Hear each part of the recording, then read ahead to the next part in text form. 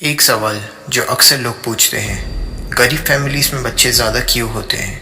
क्या ये सिर्फ एजुकेशन की कमी है या पैसों की तंगी, या इसके पीछे कोई और गहरी वजह छुपी है जो हम समझने से पहले ही इग्नोर कर देते हैं?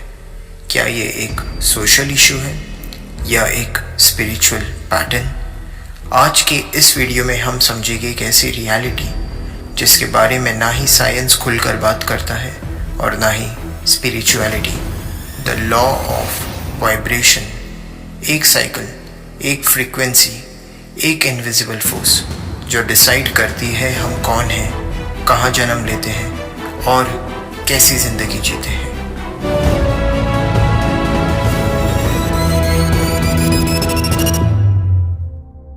The law of frequency and energy patterns. हर इंसान एक स्पेसिफिक फ्रीक्वेंसी पर ऑपरेट करता है। जैसे रेडियो ट्यूनिंग होती है, हर स्टेशन का अपना फ्रीक्वेंसी होता है, वैसे ही हर सोल की अपनी एनर्जेटिक फ्रीक्वेंसी होती है। नेपोलियन हिल की एक legendary book think and grow rich में लिखा है, every human brain is both a broadcasting and receiving station for the vibration of thoughts. हमारे थॉट्स, हमारे इमोशंस, हमारे एक्शंस, ये सब मिलकर एक वाइब्रेशन जनरेट करते हैं और वही वाइब्रेशन हमारी ज़िंदगी के हर एक्सपीरियंस को शेप करता है। जैसे जैसे हम जीते हैं, हमारी एनवायरनमेंट, हमारी अपब्रिंगिंग, हमारी डेली रियलिटी, ये सब उस फ्रीक्वेंसी को या तो एलिवेट करते हैं या उसे और नीचे खींच लेते हैं। डॉक्टर्स अक्सर डॉक्टर्स से शादी करते हैं, इंजीनियर्स से, आर्टिस्ट से। ये कोइंसिडेंस नहीं होता, ये एक सबकॉन्शियस लेवल पर फ्रीक्वेंसी मैचिंग का खेल होता है। इस कॉन्सेप्ट को डॉक्टर डेविड आर हॉकिंस ने अपनी बुक पावर वर्सेस फोर्स में एक्सप्लेन किया है। हॉकिंस कहते हैं, हर ह्यूमन इमोशंस एक मेजरेबल फ्रीक्वेंसी पर वाइब्रेट करता है। Fear, guilt, shame is equal to low frequency. Love, joy, peace is equal to high frequency. और हम वही लोग और सर्कमस्टेंसेस अट्रैक्ट करते हैं जो हमारी फ्रीक्वेंसी से मैच करते हैं। सोचो, आपके आसपास के लोग, आपकी जॉब, आपकी रिलेशनशिप, ये सब आपके फ्रीक्वेंसी का ही रिफ्लेक्शन है। Poor families and birth frequency patterns. आप सोचिए, गरीब परिवार जो रोज़ स्ट्रगल करता है, उनका इमोशनल स्टेट होता है फियर, टेंशन, इनसिक्योरिटी। वो लोग हर दिन सर्वाइव करने के लिए जीते हैं। जब आप बार बार सेम नेगेटिव इमोशंस फील करते हो तो आपका फ्रीक्वेंसी भी वही लो स्टेट में जम जाता है। आप अगर कोई सोल जिसने पिछले जन्म में सिर्फ दुख, स्ट्रगल और हेल्पलेसनेस का अनुभव किया हो, तो क्या आप सोच सकते हो उसका वाइब्रेशन किस लेवल पर होगा? ऐसी सोल जब अपने नेक्स्ट फेज के लिए रेडी होती है तो वो नेचुरली उसी तरह के लो वाइब्रेशन वाले परिवार की तरफ खींचती है, यानी एक और गरीब परिवार।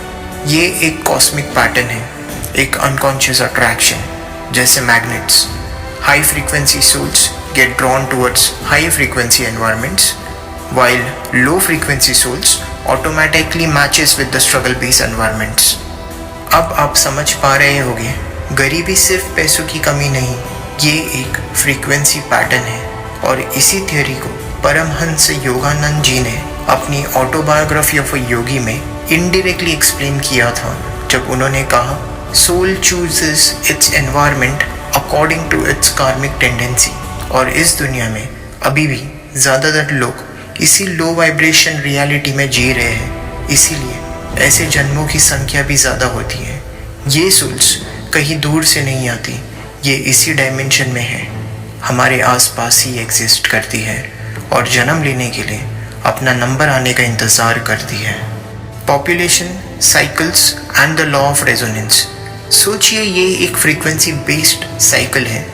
ज़्यादा लो फ्रीक्वेंसी सोल्स जन्म लेती है उन्हीं परिस्थितियों में जहाँ स्ट्रगल, फियर और लैक डोमिनेट करता है। द लॉ ऑफ रेजोनेंस कहता है, what you send out comes back multiplied.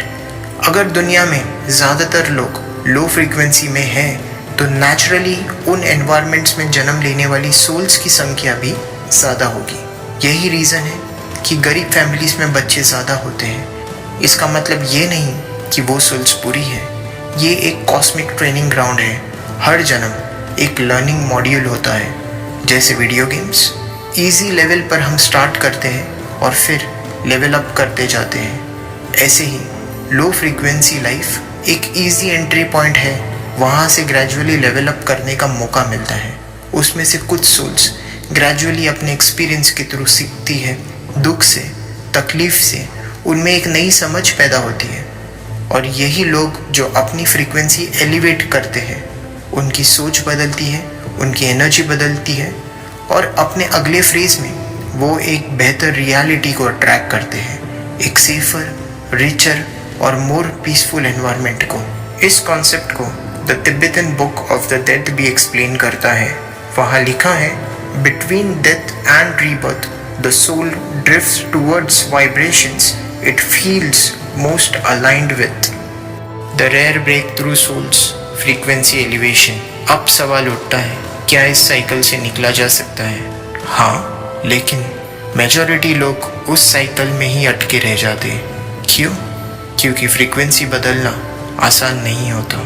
It requires number 1 awareness, अपनी सोच और रियलिटी को समझना। सबसे पहला स्टेप है अवेयरनेस। अवेयरनेस का मतलब होता है अपनी लाइफ का सच समझना। आप किस हालात में हो, क्या सोच रहे हो, क्यों ऐसे फील कर रहे हो, ये सब जान पाना। बहुत बार हम बस अपनी लाइफ ऑटो पायलट पे जी रहे होते हैं। सुबह उठकर वही रूटीन, बिना सोच समझ के डिसीजन लेना, दिन भर स्ट्रेस लेकर जीना और फिर शाम को सोचना कि लाइफ क्यों खराब चल रही है। लेकिन कभी रुककर अपने आप से पूछा है, मैं किस डायरेक्शन में जा रहा हूँ, क्यों जा रहा हूँ और ये मुझे कहाँ लेकर जा रहा है।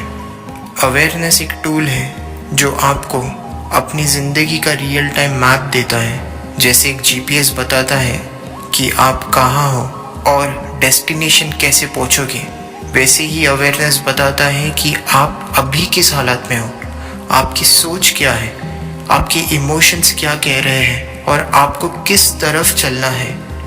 अपने अंदर देखो, अपनी हालात समझो, अपनी सोच पर गौर करो। जब ये अवेयरनेस आएगी तब जिंदगी का नया चैप्टर लिखा जाएगा। एकार्ट टोली अपनी book the power of now में कहते हैं, फ्रीडम फ्रॉम द कार्मिक cycle begins with awareness. Number 2 self discipline, अच्छी आदतें डेवलप करना। जिंदगी में कुछ भी बड़ा पाने के लिए सबसे पहले खुद पर कंट्रोल करना सीखना पड़ता है। सेल्फ डिसिप्लिन एक ऐसी क्वालिटी है जो हर सक्सेसफुल इंसान की असली फाउंडेशन होती है। लोग अक्सर सोचते हैं कि मोटिवेशन से काम चल जाएगा, लेकिन असल में मोटिवेशन एक वक्त के बाद ख़त्म हो जाता है। जो चीज़ आपको हर दिन उठकर अपने गोल्स के करीब लेकर जाती है वो है सेल्फ डिसिप्लिन। अच्छी आदतें डेवलप करना, सुबह वक्त पर उठना, अपने दिन का प्लान बनाना, डिस्ट्रैक्शन से दूर रहना, ये सब छोटी बातें लगती हैं, लेकिन इन्हीं छोटी बातों से बड़े सपने बनते हैं। और हमेशा याद रखो, हर सक्सेस स्टोरी की शुरुआत वहीं से होती है जहां कंफर्ट जोन ख़त्म होता है। कोई भी ग्रोथ कंफर्ट जोन के अंदर नहीं होती। नंबर 3 ओपननेस टू लर्न, सीखने की कोई उम्र नहीं होती। ज़िंदगी में जो लोग सबसे ज़्यादा सफल होते हैं वो हमेशा पहले एक लर्नर होते हैं, फिर अचीवर्स। हर सक्सेसफुल इंसान की कहानी में एक चीज़ कॉमन होती है, उनका सीखने का जज्बा कभी ख़त्म नहीं होता। सीखना सिर्फ स्कूल या कॉलेज तक सीमित नहीं होता, ये एक लाइफ लॉन्ग प्रोसेस है। जो इंसान हमेशा स्टूडेंट बनकर जीता है वही असली में हर मैदान में जीतने की क्षमता रखता है। इसीलिए अपने आप से कमिटमेंट करो, हर दिन कुछ नया सीखने का, चाहे वो किताब से हो, किसी इंसान से हो या ज़िंदगी के एक्सपीरियंस से हो। सिर्फ 0.1% लोग ही इस वाइब्रेशन बेस्ड कार्मिक साइकिल को तोड़ पाते हैं। ये वो लोग होते हैं जो या तो किसी मेंटोर के थ्रू या किसी बुक से अवेकन हो जाते हैं। ये अपने अंदर के दर्द को एक गिफ्ट में बदलना सीख जाते हैं। और ये ट्रांजिशन बिल्कुल भी इजी नहीं होता। It requires immense inner work. इसीलिए हर स्ट्रगल, हर तकलीफ एक हिडन लेसन लेकर आती है। खलील गिब्रान कहते हैं, your pain is the breaking of the shell that encloses your understanding. The hidden gift in struggle. लेकिन इस पूरी साइकिल का एक हिडन गिफ्ट भी है। ये एक गोल्डन अपॉर्चुनिटी है हर सोल्स के लिए। हर जन्म एक चांस देता है, एक इनविटेशन होता है ऊपर उठने का। जब तक आप जीवित हो तब तक आपके पास एक चॉइस होती है, क्योंकि यही फ्रेज आपको सीखने का, ग्रो करने का सबसे बड़ा मौका देती है। स्ट्रगल्स को समझो और उससे भागो नहीं। सेल्फ अवेयरनेस लाओ और अपने ट्रिगर्स को समझो। डिसिप्लिन और लर्निंग के थ्रू अपने वाइब्रेशन को एलिवेट करो। यही है जिंदगी का असली mission. Not just to get rich but to grow internally. Money, peace, respect, ये सब उस ग्रोथ के बाद नेचुरली आता है, और ये ग्रोथ हर किसी के लिए पॉसिबल है। एजुकेशन के ज़रिए, क्रिएटिव टैलेंट के ज़रिए, स्पोर्ट्स के ज़रिए या किसी मेंटोर की गाइडेंस के ज़रिए। हर दिन एक नई लाइफ है। अगर आप इस वक्त स्ट्रगल में हो या गरीबी में, तो समझ लो ये एक पनिशमेंट नहीं, ये एक इनविटेशन है, एक नया वर्जन बनने का, एक एलिवेटेड सोल बनने का। आज से ही अपनी फ्रीक्वेंसी बदलना शुरू करो, शुक्रगुजार बनो, सीखना शुरू करो, अपने थॉट्स को पॉजिटिव डायरेक्शन दो, क्योंकि आप अपने नेक्स्ट लाइफ का साइकिल आज के थ्रू ही लिख सकते हैं। You don't attract what you want, you attract what you are. और ये है लॉ ऑफ वाइब्रेशन का सीड। यम यम वापी समरन भावम त्याजा यांते काले वरन तम तम अवधि कौंतय्य सादा तद्भावा भावेत्यहा। यानी अंतिम समय में जिस भाव को व्यक्ति याद करता है, जिस इमोशन को व्यक्ति याद करता है, उसी के अनुसार अगला जन्म प्राप्त करता है। आप जो हो वही बनोगे, इस लाइफ में भी और नेक्स्ट लाइफ में भी। ये था एल्की माइंड्स का एक और थॉट प्रोवोकिंग एपिसोड। अगर वीडियो पसंद आए तो लाइक करिए, कमेंट करिए और चैनल को सब्सक्राइब करना ना भूलिए। मिलते हैं अगले एपिसोड में एक नए टॉपिक के साथ। तब तक के लिए इवॉल्व करो एंड स्टे अलाइन्ड।